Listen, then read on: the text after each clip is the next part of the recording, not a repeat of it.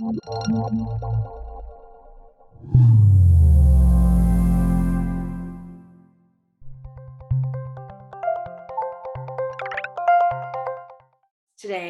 I have to say, it's one of my favorites. We're thrilled to speak with Gerri Sinclair.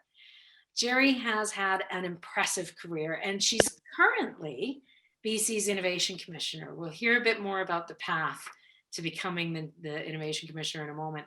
She was previously Managing Director at Kensington Capital, and before that, she held executive positions with Microsoft. She was on the board of Van City. She's also served as Executive Director of the Master of Digital Media program at the Center for Digital Media. In 2018, I was absolutely thrilled to give her the BC Tech Lifetime Achievement Award at our Technology Impact Awards.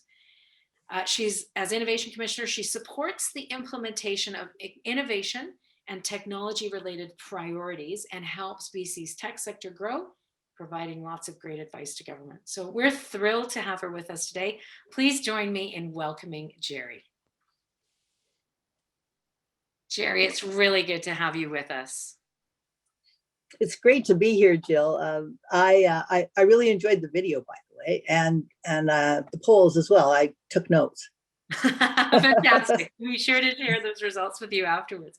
Now, listen, about you. Okay, so you have had an amazing and varied career. Maybe just tell us a little bit more than the highlights I gave there. Tell us about your journey. Sure, and the Rob from Accenture who said he trained as a chef. Well, I didn't train as a chef, although during the lockdown I'm cooking a lot more. But that's another story. But my career has been unusual in to the extent that I have a PhD in Shakespearean drama, and I've been trying to figure out, how on earth, everybody keeps asking me this question, how on earth did I have this winding path that ended up in technology and innovation and working not necessarily in the arts and humanities, but I think first of all, I'd like to say that I was blessed with having a huge educational foundation to know how to learn, know how to do research, know how things all fit together from a a holistic perspective, and that's held me in great stead. And I'm delighted that you're working with the K-12 educators in terms of talking about the opportunities. And really, it doesn't really matter if you're a chef or a Shakespeare prof or what you're doing, as long as you've got lots of a wide view of the world and you know how to learn and you have huge abilities to follow your passion, you'll end up well, I believe, or at least you'll be resilient. So that's one thing. So anyhow, I've always been a geek. I can't.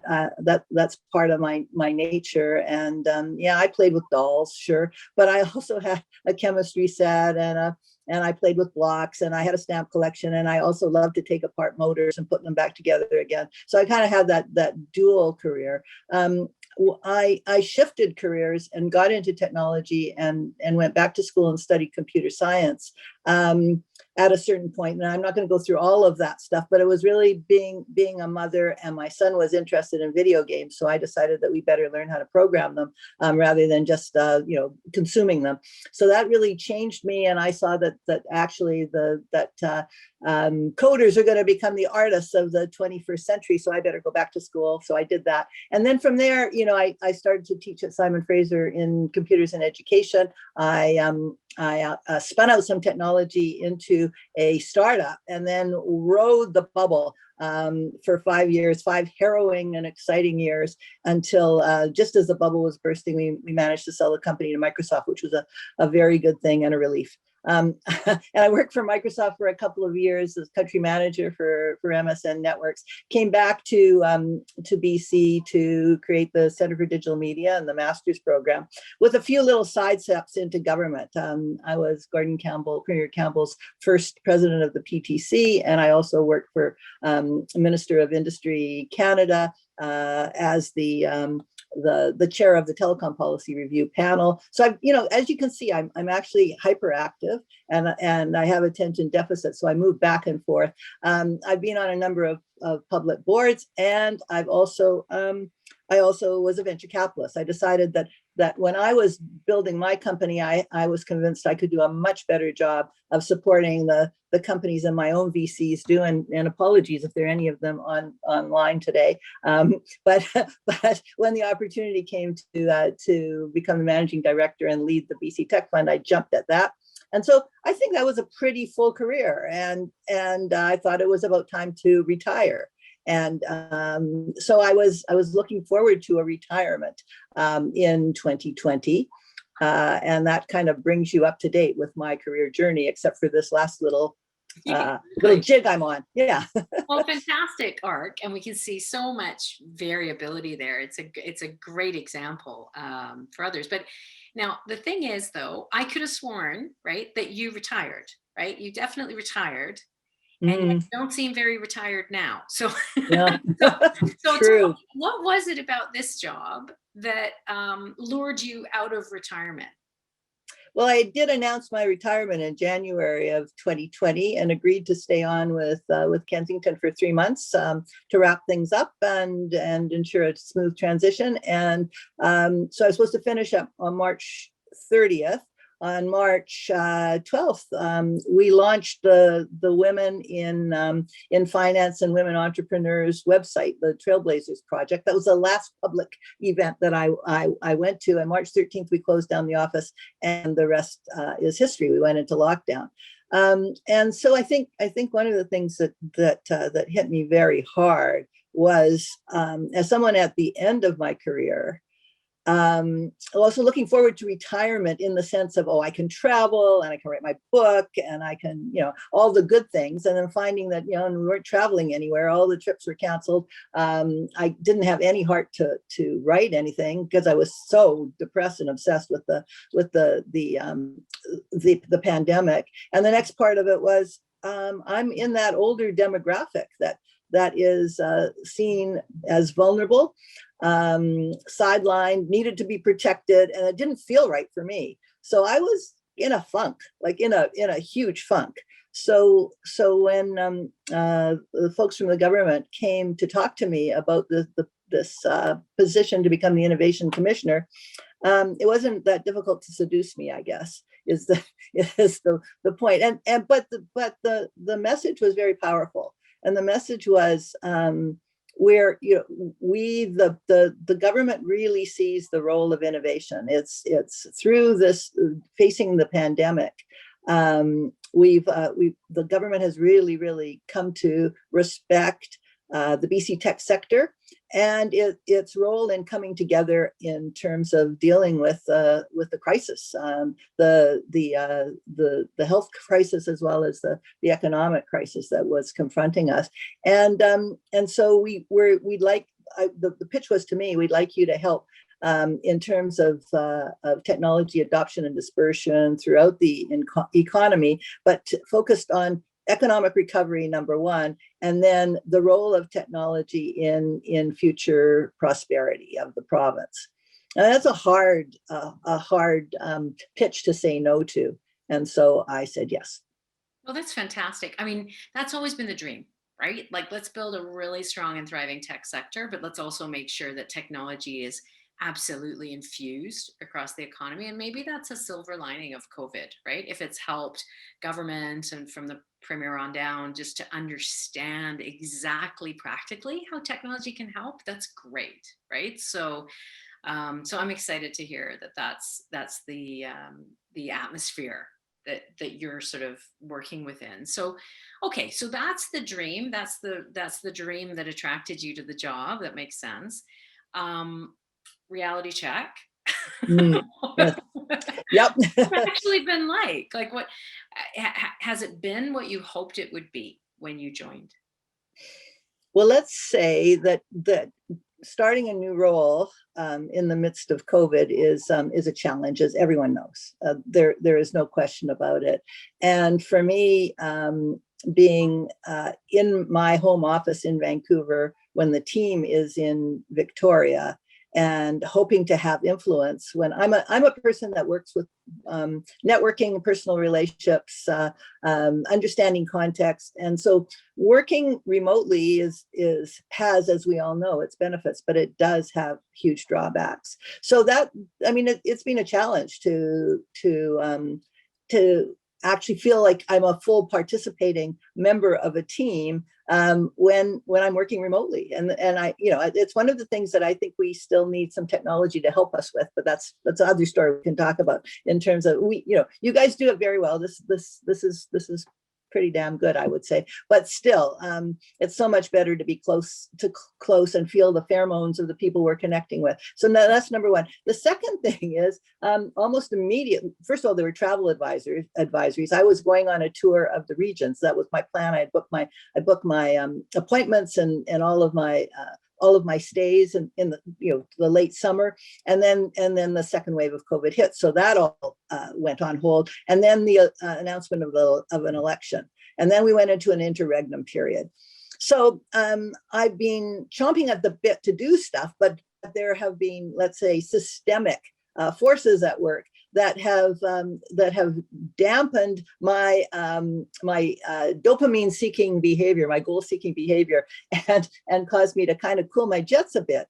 And I'm not a person that likes to cool my jets, but the reality of this situation, the huge benefit, and of course, with a new government with a 4-year mandate, and we talk about that a little bit later. It's different than the minority government that was looking to a new election might be coming up at any particular point, and in the midst of crisis of COVID. So there's very different dynamics at work here. But I would say one of the really positive things is the word innovation is back in the ministry, and so I think that's a huge signal to us all. But in the meantime, sorry, I seem to be ranting a little, meandering a bit, but the fact that we had this pretty long interregnum period during the election and before the new cabinet was announced gave me the opportunity to almost go back to graduate school in a sense. And I've been I've worked for the last 20 some odd years in terms of trying to grow the tech sector, the robustness of the tech sector in this province from the time that I was building my own company, but also when I was with the Premier's Technology Council, and then building up the Center for Digital Media and building out the entrepreneurial program and all the companies that I've mentored over the years. And as a venture capitalist, that's been my major focus of my work. And I've started to look at BC's natural resources industries and our sectors from the perspective of, I thought I was looking at technology adoption and dispersion into those sectors, but I started to look at the sectors through the lens of innovation, and to see what was going on in forestry and mining and agriculture, ocean shipbuilding, aeronautics. And I'm a geek. And so I went to a lot of conferences, because conferences are free right now. So you don't have to travel, and most of them, you don't have to pay the fees. So I attended, forestry innovation conferences and mining innovation conferences, and of course, conferences on AI and quantum and keeping up with and the biomed and all kinds of stuff like that, agritech. But I became convinced that there's huge potential in our industrial sectors, in forestry and in mining and in agriculture, to actually start to apply innovation, massive innovation in terms of new forms of engineering and manufacturing and prefab and 3D modeling. I mean, I had a wonderful time actually filling my boots with new ideas, and so I'm excited. I'm still really excited. I think we have a fabulous minister who really wants to get things done. And the other very encouraging piece of working for the government right now is that the 3 pillars of this government are innovation, sustainability and inclusion. They're all pillars that I support myself. So the reality has been, in a nutshell, it's been slower than I like, but I still am very optimistic and excited.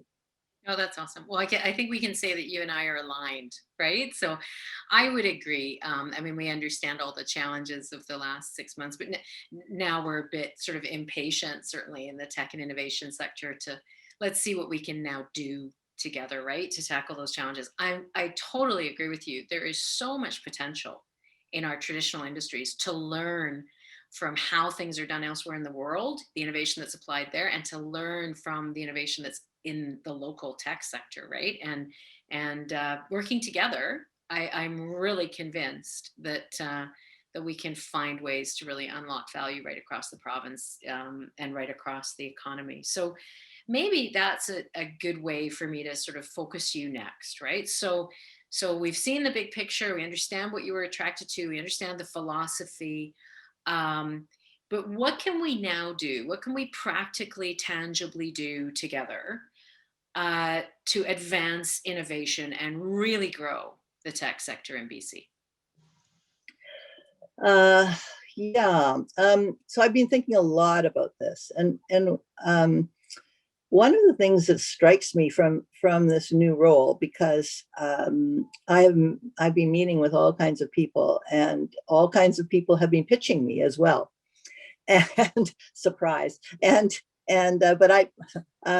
from my perspective, we still have far too many silos. No matter where you look across the innovation ecosystem, whether you're looking at the academic world, whether you're looking at the startup world, whether you're looking at technology sectors and subsectors, whether you're looking at industry or investment, or even the government itself in terms of the various divisions, it's really hard to bring everything together in a connective, collaborative way. We all espouse collaboration, but collaboration is something that we don't necessarily do very well. And in terms of the various pitches that I've been listening to that come from the industry, but they're also coming from the academic world, and they're coming from the venture capital world. Each group that is doing the pitch, or even industry association world, each group that's doing the pitch has pretty much the same brochureware, in the sense of of what this group is doing to increase GDP, to increase jobs, to support the environment, to do inclusion, but there's very little around what this group is doing to bring the province's enormous resources together. So, I mean, it's in the abstract, it's easy to talk about how we got to break down silos, and we've got to collaborate more, and we need more partnerships. Of course we do, but really, I think that our connective tissue is a little fragile. We're not as resilient there as we are in the components themselves. Like we have an amazing talent base in this province. We have got enormous technology breakthroughs. We've got great universities, and we're blessed with this amazing place that we live. But the whole thing about how does it work together, I think we can do more on. I think that's fair. Yeah. I mean, I recognize the truth of what you're saying in terms of things being, siloed, or people not understanding what else is going on. It's interesting though, because at least from my own perspective, that's something that we were very keen to not fall into that trap with the big project that we have on the go. So we're championing a thing called Scale Up BC. And it's not a BC Tech proposal. It's not a BC Tech program. It's a collaborative enterprise, a partnership with 11 organizations across province, all of whom are very skilled in technology and innovation, and can help to support tech companies to grow and scale, and also help traditional industries to adopt technology. That's exactly what our expertise is. But I was more interested in it being a partnership. That's the most interesting thing about it to me, is we all came together, and we're accepting new partners all the time. I mean, my vision for Mm. this is for it to be a mechanism for us to come together and achieve transformative change. So, so from our shared vision, let's hope, right, that having answered the call, you know, what we really need you guys to do is come together and present something jointly. We've done that. So let's hope that gives us good success in getting it over the line. But yes, with the province and also with the federal government as well, right? There's big focus there. So Could I just say one other thing, sure. Jill? Because I think that if we look at COVID and the response of the technology sector, which really blew government away, by the way, the BC government, in terms of the way the technology sector was able to respond immediately and powerfully to the crisis. And whether it was pivoting to create PPEs or creating apps that were extremely valuable to business and also for tracking. I mean, the industry itself was tremendous in its support. So I mean, I think a crisis, there's nothing like we shouldn't spoil a good crisis, as they say. But as we're moving into the recovery piece, there is another crisis, the looming crisis of climate change. There's no question about that as a crisis, but it's not as in our face as COVID was, in terms of protecting our health, protecting our family. Like the fear factor was much more immediate. But I think that there is a huge opportunity for our sector and our industries to come together around a zero emission economy in various ways, and that does pull us together. And let's face it, it is a real crisis. No, I totally agree with you. And yeah, I'm really grateful to be part of the Climate Solutions Council that provides advice to Minister Heyman. And I'm excited to be sort of having a front row seat at next steps on Clean BC. And I completely agree with you. I mean, clean tech, the clean tech sector is a huge part of the solution, but not the only part of the solution.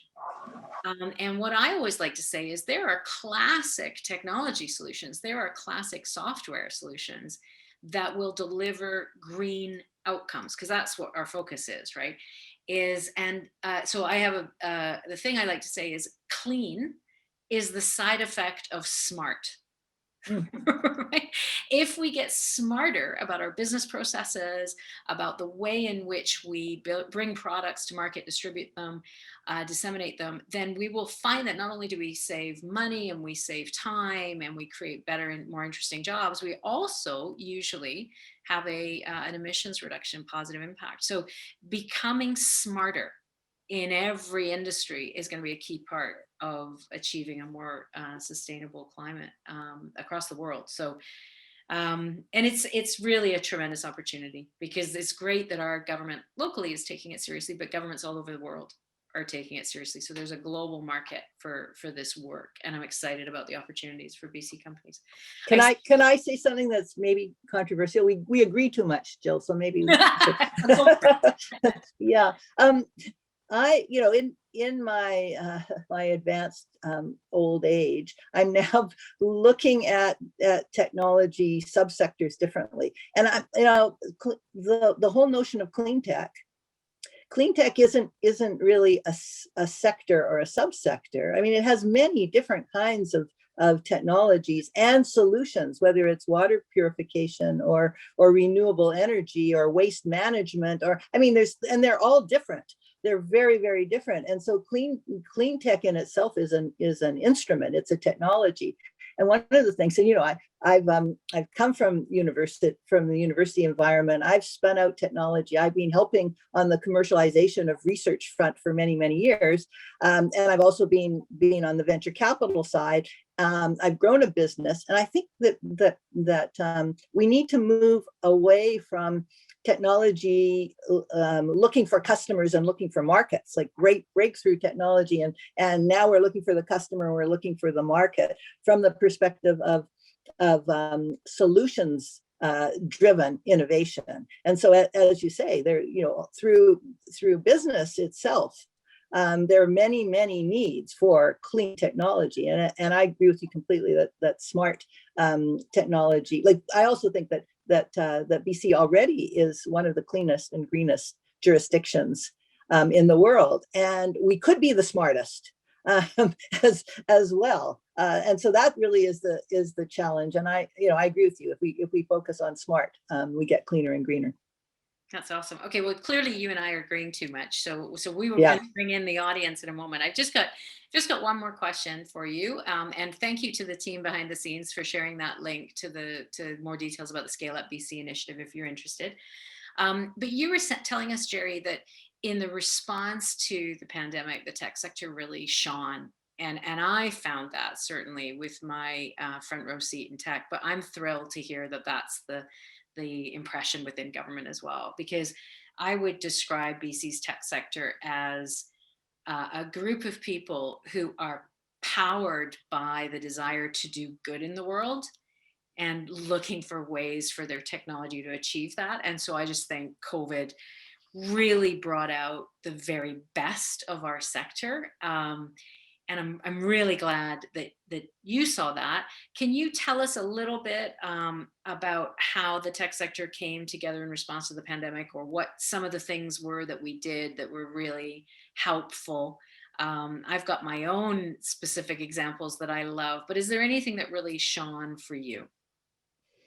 Well, it was before I joined, actually. So at that particular point, I was focused on my retirement, and so I'd like to hear. I just, what I heard was the reports back about the sector actually located masks from China and brought them in. That craft beer companies started to produce hand sanitizer. So I have anecdotal information. No, that's exactly what we saw. It was fabulous. And it was the other thing that I thought was really interesting, because we were doing these town halls at the time, right?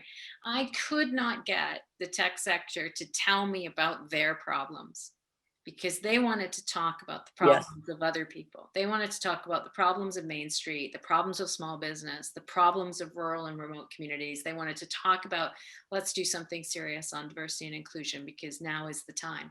And it was inspirational.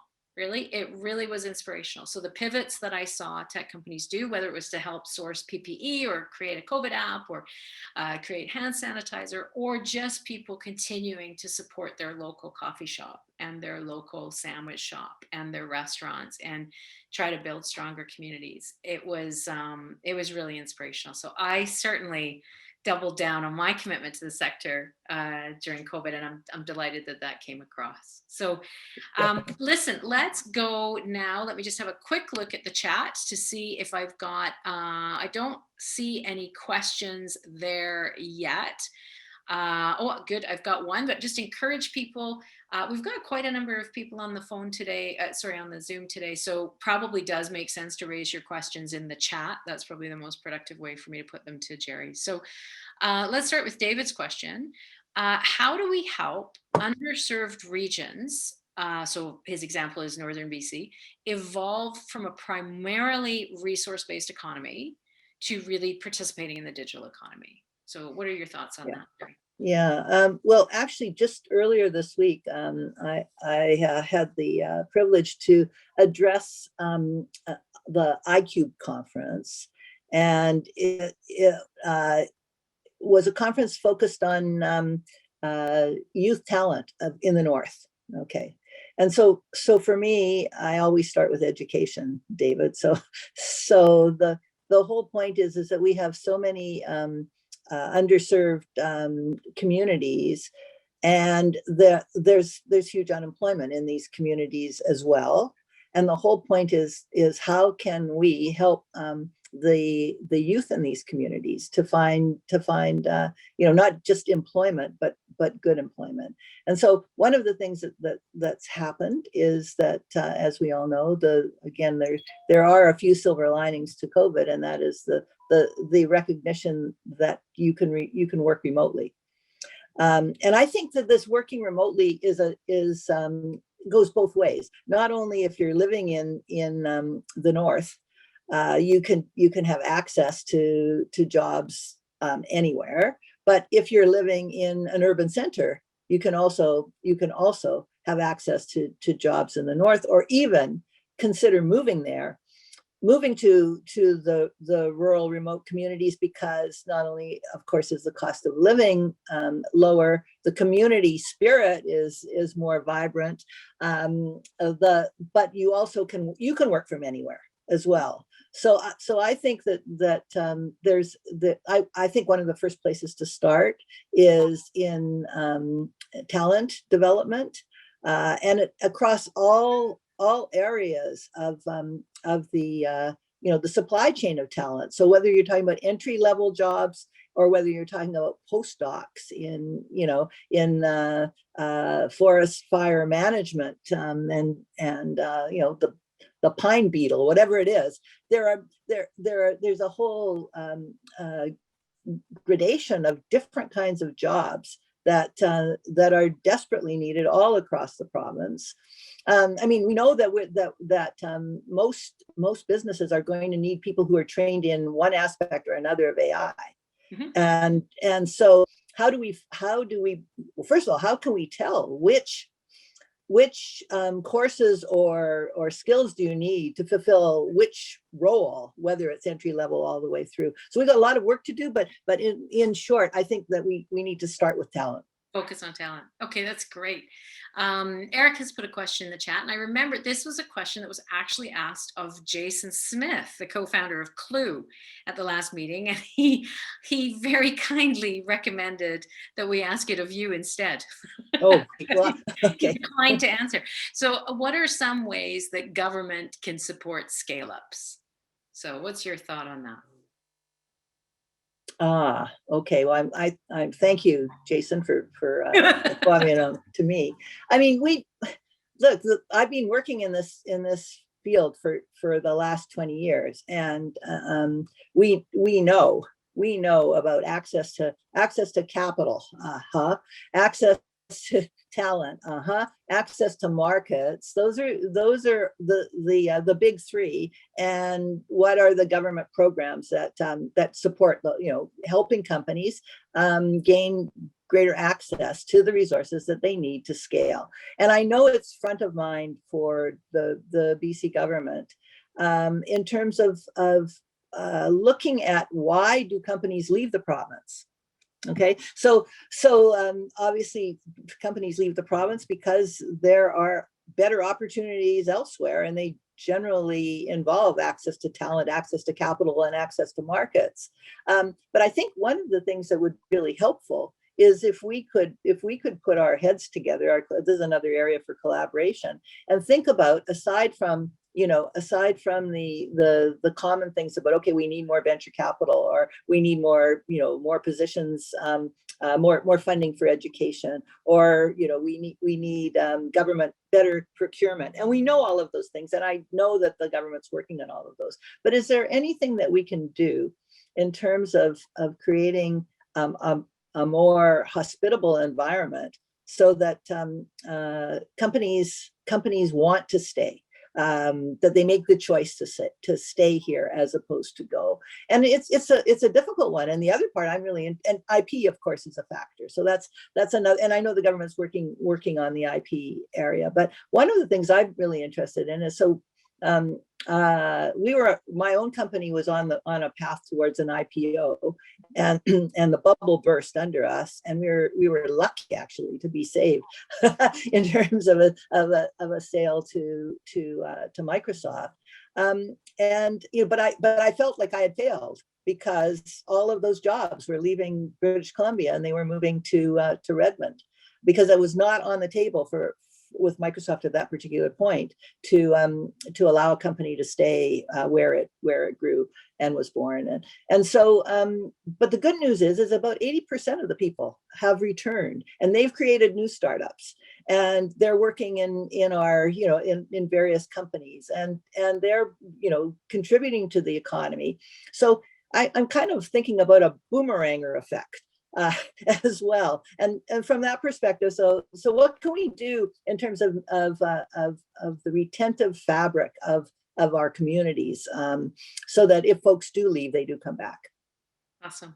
Okay, thank you. And I'll be sure to thank Jason on your behalf for the question.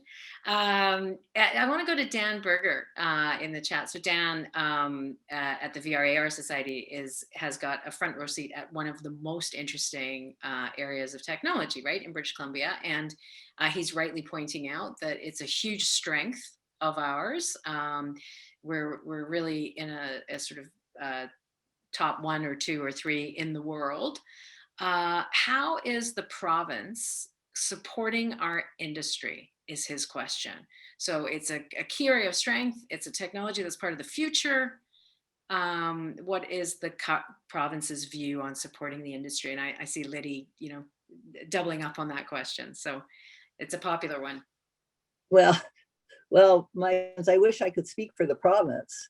Um, and I'm new in my role. All I can only tell you what I know and what I've observed, and that is AR VR always comes up as a strength, right? It always comes up as a strength, and I know that the government right now is creating its economic framework and policy, as well as its innovation policy.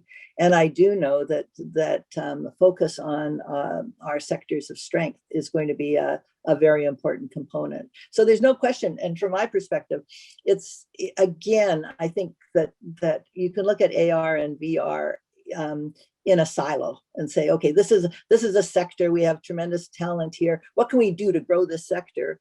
Or we can start to think more about how these technologies are so important and applicable across, the whole medical devices, in terms of helping people with disabilities, in terms of all of the industries, and in terms of, there's so many industrial applications as well as entertainment and video games and 3D modeling, and it's just a question of the disbursement of the technology as well. So I can't speak on behalf of government. I can only speak on my behalf, but yeah. That's helpful. So and I think it picks up another question that I see in the chat from Ken, which is sort of, when we think about the minister's mandate letter commitment and that reference there to supporting cluster development, this might be an example of one of those where, the technology strength is there. And so perhaps we could look to build a cluster focus around it. But that's absolutely, yeah. I was bring that up as well, but I think the cluster is a big word, and there are so many groups that are coming together to talk about an AR VR cluster, or a life sciences cluster, or a precinct, or an innovation center around mass timber, and some of them are sectoral and some of them are technology and driven, and some of them are regional, and they're it's a whole question of what's the best, what are the outcomes, we want, and growing. From my perspective, I've spent 20 years of my life focused on growing the technology sector. And I'm not sure that's the right outcome, because it's for what end, to what end, and to be much clearer on the outcomes that we want in order to grow our sector. So that's my advice.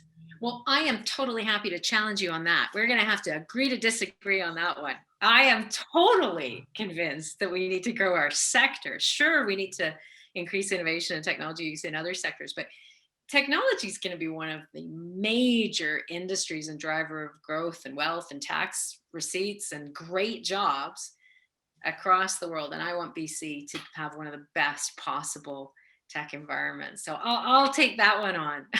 You're on. Let's go back to the chat. Susan's asking a really interesting question.